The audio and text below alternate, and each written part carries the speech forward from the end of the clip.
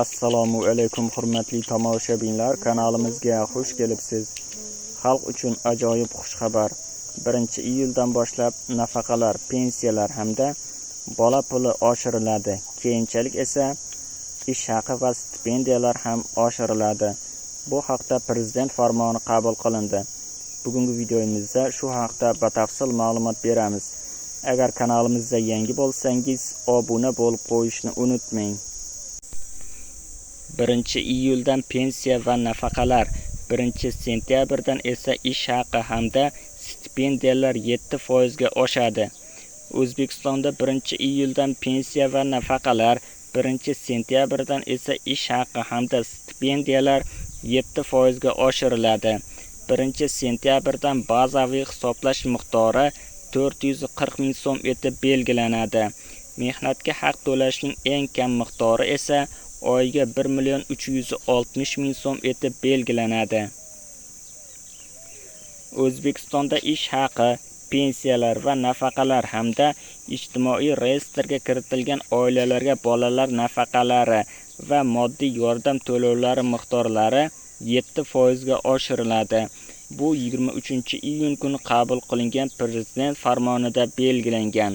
Farmonga ko'ra, yoshga doir eng kam pensiya miqdori oyiga 983 ming so'm, nogironlik pensiyalarining eng kam miqdori oyiga 1 ming so'm, ijtimoiy reyestrga kiritilgan oilalarga bolalar nafaqasining har oylik miqdori 3 yoshgacha bo'lgan bitta kichik farzandi uchun 386 ming so'm, 3 yoshdan 18 yoshgacha bo'lgan bitta farzandi uchun 295 ming so'm, oilaning ikkinchi farzandi uchun qo'shimcha 177 ming so'm, oilaning 3-chi va undan keyingi har bir farzandi uchun qo'shimcha 118 ming so'm, ijtimoiy reyestrga kiritilgan oilalar uchun moddiy yordamning oylik miqdori 450 ming so'm etib belgilandi.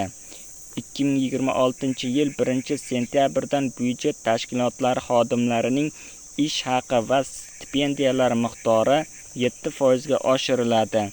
2026-yil 1-iyuldan pensiyani hisoblashning bazaviy miqdori oyiga 504 ming so'm etib belgilandi. 2026-yil 1-sentyabrdan mehnatga haq to'lashning eng kam miqdori oyiga 1 360 ming so'm, bazaviy hisoblash miqdori 440 ming so'm etib belgilandi.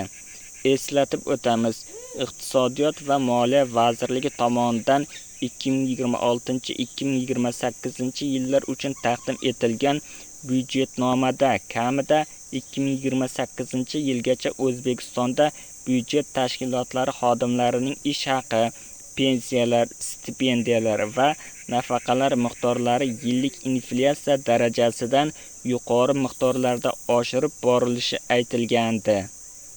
Videomiz yoqqan bo'lsa, like bosing, kanalimizga obuna bo'ling. Manba: gazeta.uz sayti.